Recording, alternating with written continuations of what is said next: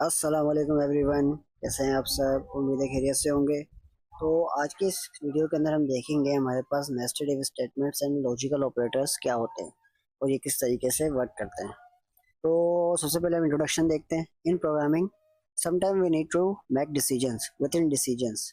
This is where nested if statements and logical operators are used. ठीक है, उम्मीद है यहाँ तक आपको बात समझ में आई होगी। प्रोग्रामिंग के अंदर कई मर्तबा हमें डिसीजन के अंदर भी डिसीजन लेना पड़ता है, यानी कि एक डिसीजन दूसरे डिसीजन के ऊपर बेस करता है। ठीक है, तो वहां पर हम प्रोग्रामिंग के अंदर नेस्टेड इफ स्टेटमेंट्स और लॉजिकल ऑपरेटर्स का यूज करते हैं, जो हमें अलाउ करते हैं कॉम्प्लेक्स डिसीजन मेकिंग प्रोसेसेस को क्लियरली एंड लॉजिकली करने के लिए प्रोग्रामिंग में। तो nested if statements, what is a nested if statement? सबसे पहले हम इसको समझते हैं। Are nested if statements means using an if statement inside another if statement. This is useful when the decision depends on more than one condition in a hierarchical manners. Like ये हमारे पास syntax है इसका, if के अंदर एक और if, तो ये हमारे पास क्या कहलाता है? Nested if. ठीक है, एक एग्जांपल ऑफ कोड देखते हैं कि मुझे चेक करना है कि ये बंदा 18 का है या फिर नहीं है, या एडल्ट है या नहीं है, या मेल है या नहीं है। मुझे दो चीजें यहाँ पे चेक करनी है, या तो ये एक तो ये एडल्ट है या नहीं है, या मेल है या नहीं है। ठीक है, तो हम सबसे पहले इसकी एज चेक करेंगे। अगर एज इसकी 18 से ज्यादा है तब हम चेक करेंगे या मेल है या फिर फीमेल है। तो हमने यहाँ पे चेक किया एज, इसकी एज अगर ग्रेटर देन होती है और इक्वल टू होती है 18 के, हाँ भाई 18 से तो बड़ा है या फिर 18 के बराबर है।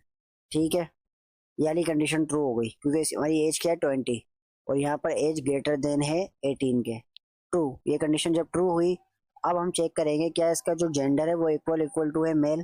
तो हमारा जो जेंडर है वो भी बराबर है मेल के, एम के। तो हमारे में आउटपुट क्या आएगा? You are an adult male. ये बात समझ में आई आपको? तो इसकी हम थोड़ी सी एक्सप्लेनेशन चेक करते हैं। The first if condition checks if age is greater than और equal to 18। Inside it, the second if conditions check if gender is equal to M, यानी कि male. The inner block executes only if both statements are true. ये बात समझ में आई आपको? जब एक स्टेटमेंट बाहर वाली जब ट्रू होगी तभी अंदर वाला इफ को हम चेक करेंगे। ठीक है, अब हमारे पास लॉजिकल ऑपरेटर हम पहले पढ़ चुके हैं, एंड और। ठीक है, यानी कि दोनों कंडीशंस अगर ट्रू होगी, ट्रू इफ बोथ ट्रू, यानी कि एक्स और वाई अगर दोनों ट्रू है तो ये हमारे पास ट्रू है। एंड हमें कहता है और कि अगर दोनों में से कोई एक भी ट्रू है तो ये ट्रू है, अगर दोनों फॉल्स है तो ये फॉल्स है। True if any is true. ठीक है, ये बात आपको समझ में आ गई होगी। अब हम इसको लॉजिकल ऑपरेटर्स के साथ देखते हैं कि किस तरीके से वर्क करता है। सबसे पहले हमने एज को चेक किया। एज हम एक ही इफ के अंदर दोनों इफ वाला काम भी कर सकते हैं, यानी कि हम दो इफ नहीं लगाना चाह रहे हैं, हम एक ही इफ लगाना चाह रहे हैं। ठीक है, हम उस एक ही इफ के अंदर भी किस तरीके से कर सकते हैं इस काम को, हम यहाँ पे चेक करते हैं। ठीक है, अब हमने एक इफ के अंदर यहाँ पर यूज किया एंड ऑपरेटर का। हमने क्या कहा, एक कंडीशन तो है मेरे पास ये, ठीक है, और दूसरी कंडीशन है मेरे पास ये। अगर ये दोनों कंडीशंस मेरे पास ट्रू होगी तो मेरा मैसेज क्या प्रिंट होगा? You are an adult female. ठीक है, सबसे पहले हमने एज को चेक किया कि मेरी जो एज थी वो ग्रेटर देन या इक्वल टू होनी चाहिए 18। मेरी एज है 25, यानी कि ग्रेटर देन है 18। ये कंडीशन तो मेरी हो गई ट्रू। बट यहाँ पर हमने यूज किया है एंड ऑपरेटर। एंड ऑपरेटर कहता है कि दोनों कंडीशंस को ट्रू होना चाहिए, इसको भी और इसको भी। ठीक है, जेंडर चेक करते हैं, क्या मेरा जेंडर इक्वल इक्वल टू है किसके? एफ के। तो मेरा जेंडर क्या है? फीमेल। तो ये मेरे पास क्या है? फीमेल। तो मेरे पास ये भी कंडीशन ट्रू हो गई। तो अब मैं नेस्टेड इफ के बजाय एक ही इफ के अंदर लॉजिकल ऑपरेटर को यूज करते हुए ये काम कर सकता हूँ। ठीक है, तो मेरा आउटपुट क्या है? You are an adult female. ये बात आपको समझ में आ गई? नाउ मेरे पास और ऑपरेटर कहता है at least one condition must be true. कैसे? चेक करते हैं। हमारे पास एज है क्या? 17। हमारे पास हैज कंसेंट, ट्रू या नहीं? अभी हमने बुलियन हमने यहाँ पे वेरिएबल का यूज किया है तो यहाँ पे हमने ट्रू रख दिया है। अब हैज कंसेंट का मतलब है ट्रू। ठीक है, यानी कि ये कंडीशन हमारी पहले ट्रू हो चुकी है। अगर अब ये कंडीशन ट्रू नहीं भी होती हमें इससे फर्क नहीं पड़ता। क्यों? क्योंकि एक कंडीशन ट्रू हो गई।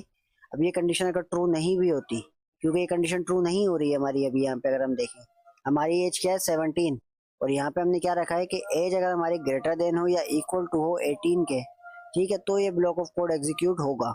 ठीक है, तो हमारी दोनों में से कोई एक कंडीशन ट्रू होना जरूरी थी। हमारी हैज कंसेंट वाली कंडीशन ट्रू हो गई तो हमारे पास यू आर पार्टिसिपेट। ठीक है, तो ये कंडीशन हमारी प्रिंट हो गई, ये स्टेटमेंट हमारी प्रिंट हो गई। उम्मीद है ये बात आपको समझ में आ गई होगी। Now nested if versus logical operators, हमारे पास इनमें डिफरेंस क्या है दोनों में? लॉजिकल ऑपरेटर्स के साथ हमने अभी काम किया और नेस्टेड इफ के साथ भी हमने भी काम किया। इन दोनों में ज्यादा डिफरेंस नहीं है।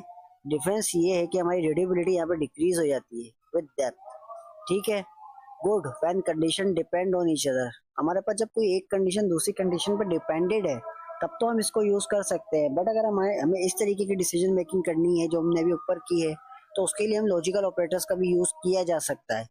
लाइक लॉजिकल ऑपरेटर्स अगर हम देखें, make decision simpler and clear, good when conditions are dependent. ठीक है, इवेल्युएट इन वन लाइन, हमारे पास जितनी लाइन के 4-5 लाइन का कोड था वो एक ही लाइन के अंदर हो गया।